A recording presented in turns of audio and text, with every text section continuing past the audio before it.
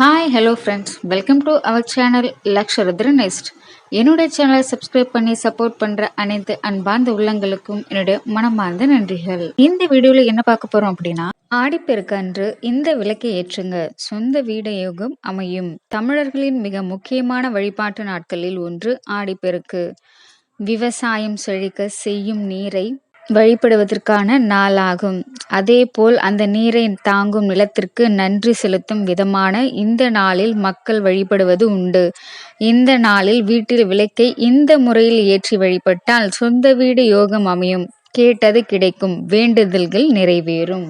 ஆடிப்பெருக்கு அன்று ஆற்றங்கரை, குளக்கரை போன்ற நீர்நிலைகளுக்கு சென்று வழிபடுவதுடன் வீட்டில் இந்த வழிபாட்டினை செய்வதன் மூலம் நம்முடைய பல நாள் கனவுகள் நனவாகும். நாம் முன் வைக்கும் வேண்டுதல் மற்றும் வழிபாட்டின் பலன் பல மடங்காக பெருகும். இந்த வழிபாட்டினை நம்பிக்கையுடன் செய்தால் நிச்சயம் பலன் கிடைக்கும். ஆடிப்பெருக்கு. ஆடிப்பெருக்கு என்பது காவிரி தாயை, நீர்நிலைகளை, ஆறுகளை வழிபடுவதற்கான நாளாக கருதப்படுகிறது. நாம் வாழ்வதற்கு ஆதாரமாக விளங்கும் நீரை தெய்வமாக கருதி வழிபடுவதற்கான நாளாகும்.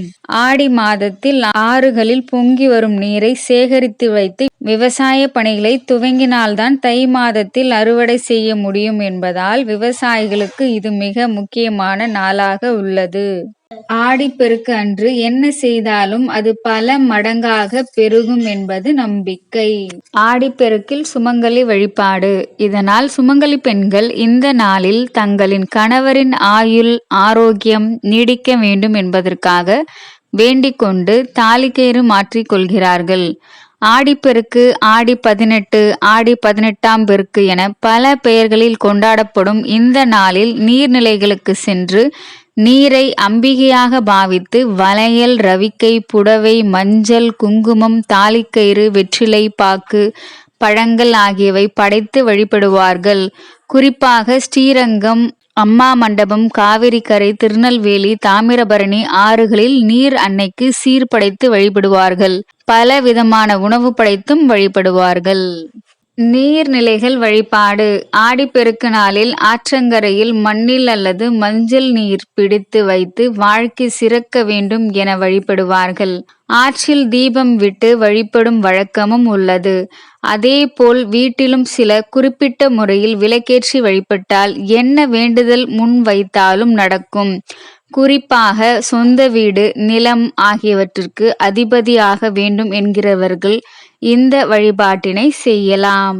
சொந்த வீடு அமைய விளக்கு வழிபாடு. வீட்டின் பூஜை அறையில் ஒரு வாழை இலை பரப்பி அதன் மீது ஒரு கைப்பிடி அளவு மண்ணை பிள்ளையார் வடிவத்திலோ அல்லது உருண்டை பிடித்தோ வைக்க வேண்டும். இதற்கு வீட்டின் அருகில் கிடைக்கும் எந்த மண்ணை வேண்டுமானாலும் பயன்படுத்தலாம். அந்த மண்ணில் சிறிது தண்ணீர் விட்டு குழைத்து உருண்டை பிடித்து வைத்து கொள்ளலாம். பிறகு அதற்கு மஞ்சள், குங்குமம் வைத்து பூவால் அலங்கரிக்க வேண்டும். ஒருவேளை இதை பிள்ளையாராக நீங்க பாவித்து வழிபடுகிறீர்கள் என்றால் அதற்கு 2 அருகம்புல் வைத்து வழிபடலாம். அம்மனாகவோ குலதெய்வமாகவோ உங்களின் இஷ்ட தெய்வமாகவோ அந்த மண் உருண்டையை பாவித்து வழிபடலாம். கேட்ட வரம் கிடைக்க வழிபடும் முறை. அந்த மண் உருண்டைக்கு முன்பு 2 அகலில் நெய் அல்லது நல்லெண்ணெய் ஊற்றி விளக்கேற்றுங்கள். ஏதாவது நைவேத்தியம் செய்திருந்தால் அதை வைத்து படைக்கலாம்.